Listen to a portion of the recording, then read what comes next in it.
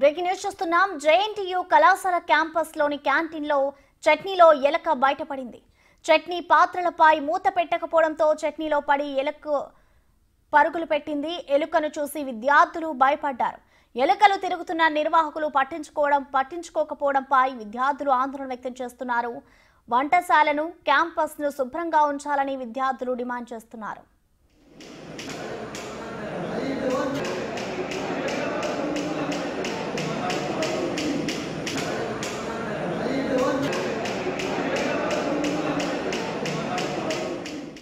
దీనిపై మరింత సమాచారాన్ని మా ప్రతినిధి దుర్గారెడ్డి అందిస్తారు. దుర్గారెడ్డి,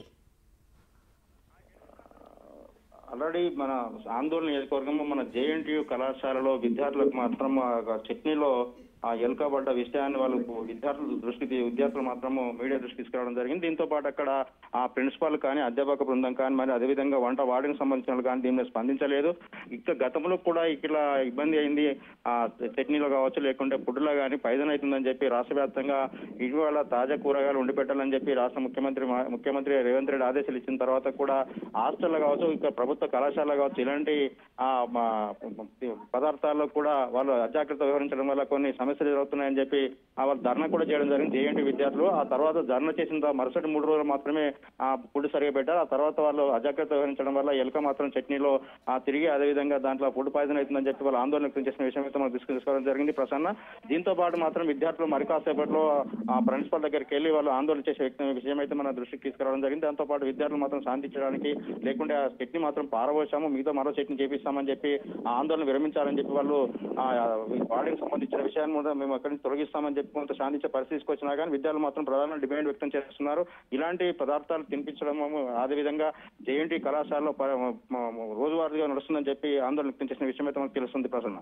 దుర్గారెడ్డి, అలాగే ఇటు బయట మనం చూసుకున్నట్లయితే ఆ ఫుడ్ సేఫ్టీ అధికారులు హోటల్స్ లో కూడా ఓవైపు తనిఖీలు చేస్తున్నారు. పరిశుభ్రమైన ఆహారం పెట్టాలి అంటూ కూడా. ఈ విధంగా ఇప్పుడు జేఎన్టీయూ కాలేజ్ లో ఈ ఘటన జరగడాన్ని ఎలా చూడాలంటారు? అంటే కాలేజ్ యాజమాన్యం ఏం చెప్తుంది? దీనికి సంబంధించి విద్యార్థులు అయితే ఓవైపు ఆందోళన చేస్తూనే ఉన్నారు కదా.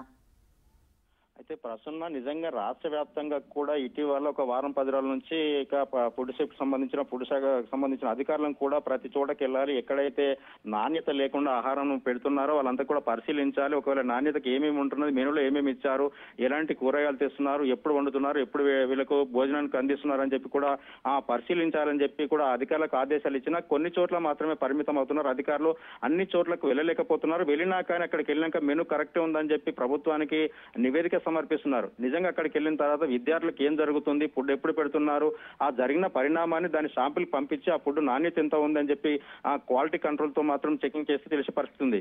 కానీ ఆ దిశగా మాత్రం ఎప్పుడైతే అధికారులు వెళ్తున్నారో అక్కడ మాత్రం ఆ శాంపిల్ కి ఇచ్చే ఏదైతుందో ఫుడ్ ఉందో దాన్ని మాత్రం క్వాలిటీ చేసి మాత్రం శాంపిల్ చేయిస్తున్నారు. దాంతో పాటు అధికారులు కూడా కరెక్టే ఉంది కదా అని చెప్పి రికార్డు నివేదిక సమర్పిస్తున్నారు. నిజంగా విద్యార్థులు పొద్దున ఉదయం 7:30-8 గంటలకు టిఫిన్ చేసే సమయం అక్కడికి వెళ్తే మాత్రము విషయాలు బయటకు వచ్చే అవకాశాలు ఉన్నాయి. ఉదయం 7 గంటలకు తయారు చేసిన చట్నీల్లో ఎలుక తిరుగుతుంది. దాంతో పాటు మిగతా చోట్లకు కూడా ఆ పురుగుల అన్నం పెడుతున్నారు, లేకుంటే నాణ్యత లేకుండా పెడుతున్నారు.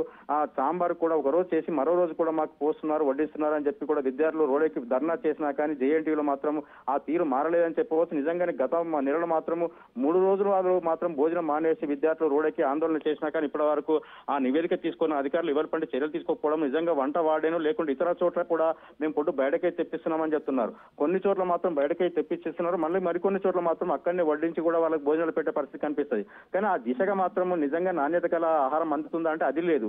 కానీ నిజంగా అధికారులు కూడా తీసుకొచ్చి నివేదిక ఇవ్వలేకపోవడము, దాని తర్వాత తాత్పర్యం చేయడము, విద్యార్థులు మాత్రం రోడ్డెక్కి ఆందోళన చేయడం పరిపాటిగా మాత్రం చెప్పవచ్చు. నిజంగా వీళ్ళందరిపై కూడా చర్యలు తీసుకుంటే ఇలాంటి పరిణామాలు మళ్ళీ చోట కూడా పునరావృతం కాకుండా అవకాశాలు ఉన్నాయి. కానీ నిజంగానే విద్యార్థులు చూసి మాత్రం ఆ చట్నీ వద్దని చెప్పి ఆందోళన చేస్తే మాత్రం చట్నీ తీసేస్తామని చెప్తున్నారు ఎలకబడ్డ. నిజంగా లేకుంటే ఆ చట్నీ మాత్రం వీళ్ళందరికీ వడ్డించే వాళ్ళు నిజంగా అక్కడ కూడా ఫుడ్ పాయిజన్ అయి చాలా మంది కూడా అస్వస్థకు గురే అవకాశం ఉంది ప్రసన్న. దాంతో పాటు ఇప్పుడు జిల్లా కలెక్టర్ కూడా వాళ్ళు ఈ విషయం దృష్టి తీసుకెళ్తా అంటే హాస్టల్ నుంచి బయటకు వెళ్ళొద్దు అని చెప్పి ఫోన్ లాక్కుంటున్నారట విద్యార్థులు. నిజంగా ఎవరితో మాట్లాడద్దు, మీడియాకు సమాచారం ఇవ్వద్దు అని చెప్పి ఎవరు మీడియాకి ఇది లీకేజ్ చేశారు, వీడియో ఎవరు పంపించారని చెప్పి కూడా వాళ్ళందరినీ కేసులు నమోదు చేస్తారని చెప్పి భయభ్రాంతులకు గురి చేస్తున్న జేఎన్టీయూ ప్రిన్సిపాలే కావచ్చు అధ్యాపక బృందానికి కూడా వాళ్ళపై తక్షణ చర్యలు తీసుకోవాలని చెప్పి ప్రధానంగా తల్లిదండ్రులు డిమాండ్ చేసే వ్యక్తం అయితే మనకు తెలుస్తుంది. ప్రసన్న. Thank you Durga Reddy.